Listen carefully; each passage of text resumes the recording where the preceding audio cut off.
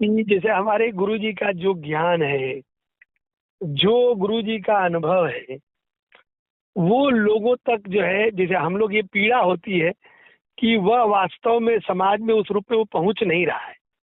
नहीं पहुंच रहा है संजीव। देखो ऐसा है ना कि डायरेक्टली मेरे द्वारा पहुंचे ना। अच्छा तुम ये सोचो भगवान कृष्ण ने कितनों को उपदेश दिया था? हाँ, अर्जुन को दिया था ना।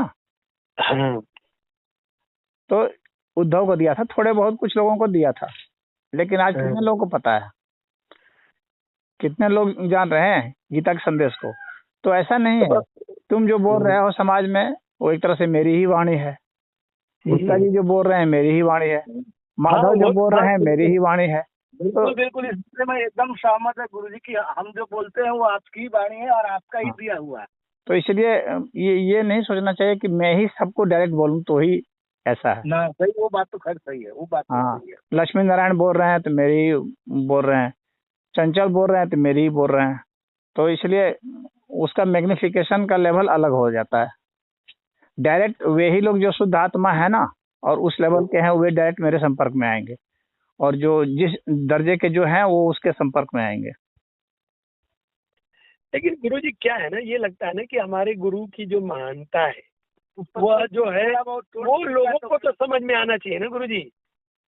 वो बाद में आएगी ना, कोई जरूरी थोड़ी है कि उसी समय आए।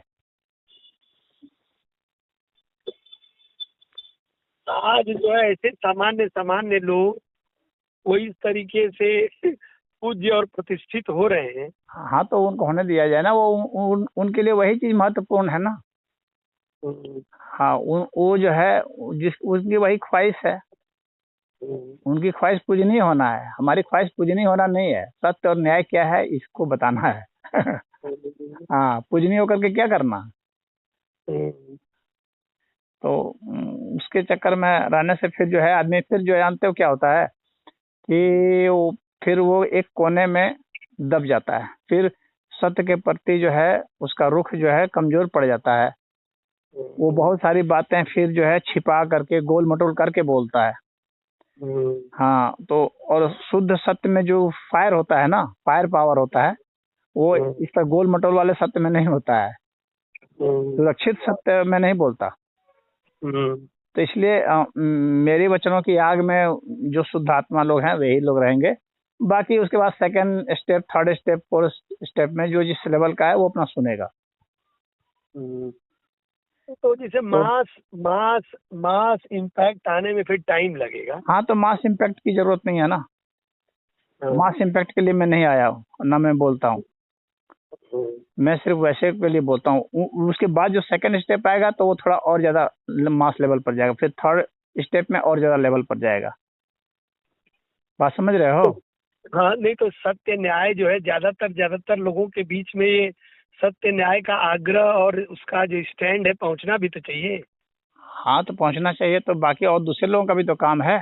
मुझसे जो जुड़े हैं तो वो उस स्तर से कुछ ना कुछ बताएंगे, लोगों को बता रहे हैं। बिल्कुल हाँ बता रहे हैं। हाँ, तो सेकंड स्टेप, थर्ड स्टेप इस तरह से चलता है। यही है कि आपका संदेश जो है फिर आगे लोगों के माध्यम से प्रसारित होता रहेगा। हाँ हाँ और हाँ बढ़ता रहेगा। हाँ, ऐसा नहीं है कि इसे मेरे जीते जी ही सब कुछ सबको चला जाए, ऐसा नहीं है। क्योंकि उसका इफेक्ट फिर जो है ना फिर डाउन हो जाता है। बात समझ रहे हो? तुम देखोगे, जैसे उदाहरण के लिए देखो अपने जीवन काल में रजनीश ने जो इफेक्ट पैदा किया, अब उसके मरने के बाद देखो कहाँ इफेक्ट पैदा हो रहा है, खत्म हो गया। कोई भी जो अपने जीते जी पूरा इफेक्ट पैदा कर देगा ना तो वो डाउन चला जाएगा। ये एनर्जी के लेवल का ये सिद्धांत है। एनर्जी जब बहुत हाइट पर पहुंच जाएगी तो उसके बाद फिर उसको डाउन ही होना है। जितेंद्र कल 9:15 निकलेंगे एयरपोर्ट से। समझ रहे हो संजीव? हाँ हाँ गुरु जी, समझ रहा हूँ। हाँ तो एनर्जी का लेवल धीरे धीरे मैग्नीफाई होता है, तो वो अच्छा होता है, क्योंकि वो हर तरह के टेस्ट से गुजरते हुए जाता है ना। हाँ, जैसे बुद्ध का संदेश। हाँ, लेकिन बुद्ध तो अपने समय में ही पूरी एनर्जी का एक्सप्लोड हो गया और आज भी उनका चल रहा है। नहीं पूरा कहाँ बुद्ध गए थे, ऐसा सुनने में खाली लगता है। अरे अपने समय में कितना वो थोड़ा सा बिहार का इलाका था और उत्तर प्रदेश का कुछ इलाका था बस। वो तो अशोक के बाद वो मैग्नीफाई हुआ है। बुद्ध का जो प्रभाव हुआ है ना वो अशोक के बाद हुआ है प्रभाव। अच्छा। अशोक के समय तक तो उतना कोई कुछ खास प्रभाव नहीं था। हम्म। हम्म। अशोक ने फैलाया वास्तव में बुद्ध को। अच्छा। हाँ, रामकृष्ण परमहंस क्या है, वो तो हाँ गुजरने के बाद विवेकानंद ने फैलाया। हाँ, ये बात तो सही है। हाँ, उसी तरह अशोक ने फैलाया बुद्ध को। बुद्ध कोई बहुत नहीं फैला पाए थे, ठीक है, कुछ फैलाए थे, मतलब उतना कम भी नहीं था, मतलब ठीक ही ठाक था, लेकिन उतना बहुत ज्यादा भी नहीं था।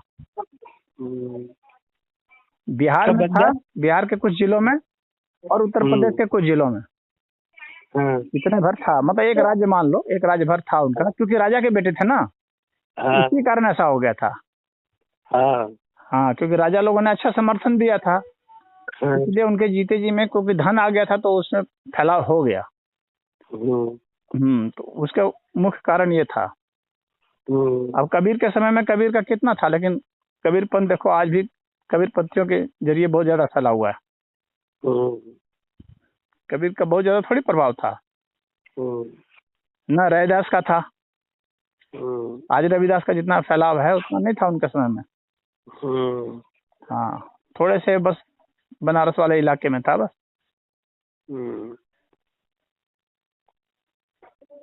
मुख्य बात होता है कि संदेश पहुंचेगा तो छान करके पहुंचेगा, और क्रमशः पहुंचेगा, और हर टेस्ट से गुजरते हुए पहुंचेगा, तो वह ज्यादा अच्छा प्रभाव रखता है।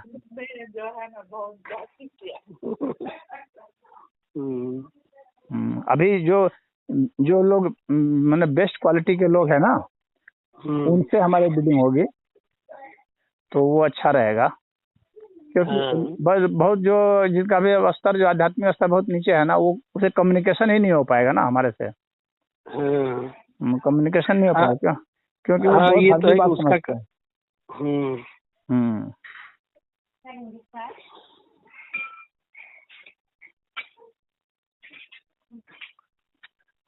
उस लेवल पर उतर करके बातचीत करना जो है मेरे लिए उतना संभव नहीं है।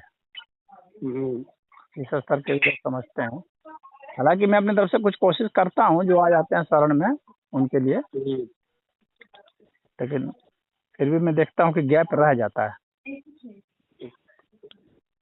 तो वो हमारे विचार से तो नहीं, लेकिन हमारे व्यवहार, चरित्र, इन सब से, और औषधि वगैरह के कारण कुछ प्रभावित होते हैं। नहीं गुरुजी, इसमें तो मुझे सबसे अच्छा पार्ट ये लगता है ना कि आप जो सोशल मीडिया पर जो आपका जो वो है ना, हाँ, उसको मैं बहुत बड़ी थाती या अचीवमेंट समझता हूँ। हाँ, क्योंकि जो रियल थर्स्टी होंगे, हाँ, जो वास्तविक जो खोज हाँ, में होंगे, वे लोग उसमें वो हैं, वे लोग देखते सुनते हैं, वो सब अपना कमेंट करते हैं। 10-11 हजार के करीब हैं लोग। हाँ, तो धीरे धीरे धीरे धीरे कुछ जुड़ रहे हैं, कमेंट करते हैं, मिलना चाहते हैं, मिलते हैं, तो ठीक है, धीरे धीरे होगा। तो क्या, अपनी बात को मैं उसमें रख दूंगा, अपने विचारों को भी। लगभग 60 बरस की उम्र हमारी अब होने ही वाली है। तो 15-20 बरस में जितना हो सकता है कर देंगे। हाँ, लेकिन हम लोगों को तो पीड़ा ही होती है ना कि आज जो है बहुत औसत वाले लोग जो है नहीं तो फिर वहाँ पर वो जो है ना, बहुत औसत लोगों की भीड़ हो जाएगी ना। हाँ, ये तो है कि वहाँ औसत लोगों की भीड़ हो जाएगी। तो फिर वहाँ जो फिर दिक्कत हो जाएगी। फिर जो वास्तव में जो ट्रूथ सीकर लोग हैं, फिर वे वहाँ से छंट जाते हैं। तो इसका मतलब गुरुजी, ट्रूथ सीकर इतने कम है समाज में हमारे? हाँ, इतने कम हैं। अच्छा। में बहुत ज्यादा नहीं है। हाँ, वो तो वहाँ कथा वथा सुनने चले गए, कुछ कथा सुने, उसके बाद चल दिए। कथा सुनना एक बात है, और ट्रूथ सीकिंग करना एक दूसरी बात है, साधना करना दूसरी बात है। हाँ हाँ, बिल्कुल बिल्कुल, वो तो अपना गाना बजाना, रोना, हंसना कर दिए, तो वो कर दिए, कथा सुन लिए, महिलाओं की भीड़ हो जाती है। उनका भी रोल है, लेकिन अभी प्राथमिक लेवल के लोगों के लिए है। हाँ,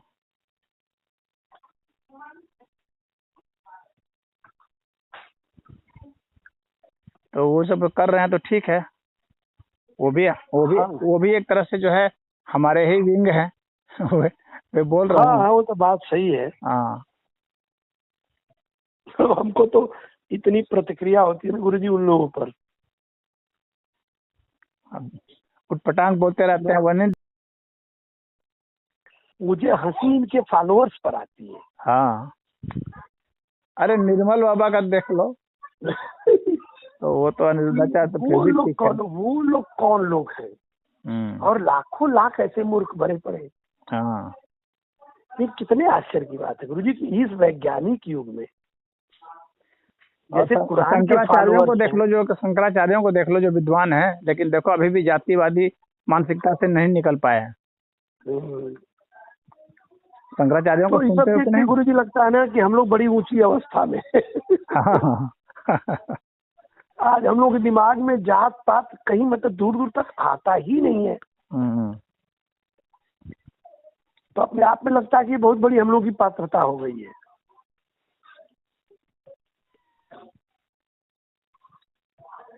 जो इन सब चीजों से भी वो नहीं हो पाया है, अभी उसी में फंसा हुआ है। तो क्या ये सब गद्दी एक हासिल किए, लेकिन आध्यात्मिक ऊंचाई नहीं हासिल कर पा रहे हैं ना। ऐसे बहुत कम बिरले हैं इक्के दुक्के देश में।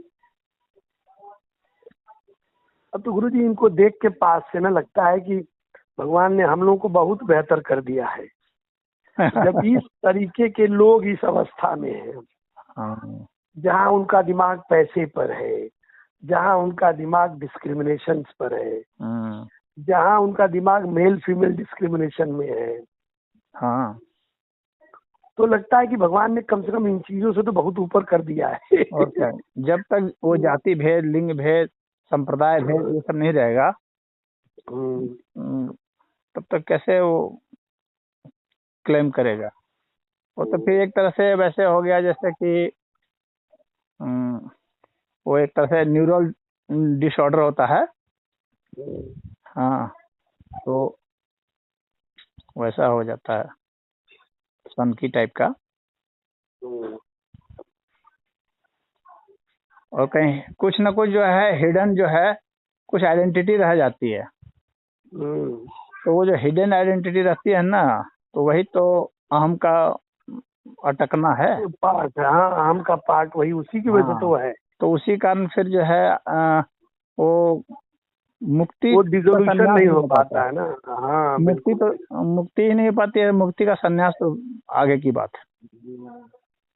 अब हम ही लोग हैं गुरुजी, सब हो गया, लेकिन कहीं न कहीं कर्ता भाव, कहीं न कहीं समाज के रिएक्शंस के प्रति ओवर अटेंटिव भाव, फ्यूचर को लेकर के इनसिक्योरिटी भाव या पॉजिटिवनेस का भाव, अब ये सब तो हम लोगों में अभी रह ही न गया गुरुजी, इतना के बाद भी। चलो वो सब तो धीरे, कुछ टाइम भी होता है संजीव, समय के हिसाब से डिजोल्यूशन होता है। मुझे लगता है सब साधना की तीव्रता पर भी होता है। हाँ, तो साधना टाइम पर ही ना होगी, समझे? तो उस टाइम में अभी जैसे मैच्योरिटी आएगी, खाली तुम्हारे एक मैच्योर होने से नहीं हो सकता है, तुम्हारे परिवार को भी मैच्योर होना पड़ेगा। हाँ, अरे गुरुजी वो बहुत बड़ा बैरियर है, बहुत बड़ा बैरियर है। सिर्फ तुम्हारा एक मैच्योरिटी काफी नहीं होता है।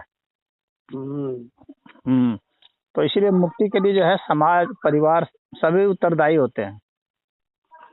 या तो आदमी इतना स्ट्रांग हो कि सब कुछ को झटक के बढ़ जाए। हाँ, तो झटक के खाली बढ़ने से नहीं होता है, वो स्ट्रेंथ नहीं होती है संजीव। वो जानते हो क्या होता है कि फिर एक मन में एक न कहीं द्रोह फिर से रहेगा। हाँ, झटक के जाएगा ना तो वो सोचेगा कुछ न कुछ की ग्लानि भाव में आएगा कि मैंने अन्याय किया है, छोड़ दिया उन लोगों को। बहुत अच्छी बात कहा गुरुजी। हम तो हमेशा ना जब ऐसा होता है तो फिर कहते हैं कि नहीं, भले थोड़ा समय ज्यादा लग जाए, हाँ, लेकिन ये है कि सबको उसमें बहा के ले चलना ज्यादा बेहतर है। वही होता, वही बात मैं कहना चाहता हूँ। ये रोज ये चला जाएगा ना तो एक अन्याय की पीड़ा रहेगी मन में कि मैंने जो है उन लोगों को धोखा दिया है, मैं जिम्मेवारी से भाग गया हूँ।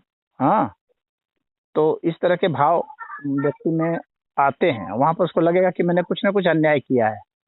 ऐसा जैसे भाव लगेगा तो पीड़ित हो जाएगा। मुझे ऐसा लगता है ना कि थोड़ा ज्यादा पेशेंस रख ले, थोड़ा ज्यादा समय हाँ रख ले। हाँ हाँ। लेकिन जो उस नाव पर चढ़े हैं, सबकी यात्रा हो तो भी वो यात्रा है। तो ही वो यात्रा है। उसमें उसका भी कुछ वो हो जाए, उसका माइंड भी कुछ चेंज होने लगे। हाँ हाँ, वो उस मार्ग पर बढ़ जाए। हाँ ये मैं अपनी इसकी नैतिक जिम्मेदारी के तौर पर देखता हूँ कहीं न कहीं हाँ। थोड़ा। क्योंकि ये अब देखो गृहस्थ के नाते मेरी ड्यूटी है। तो आखिर वो चेंज कहाँ से आया? हमारे से रगड़ सही करते बात, करते आया।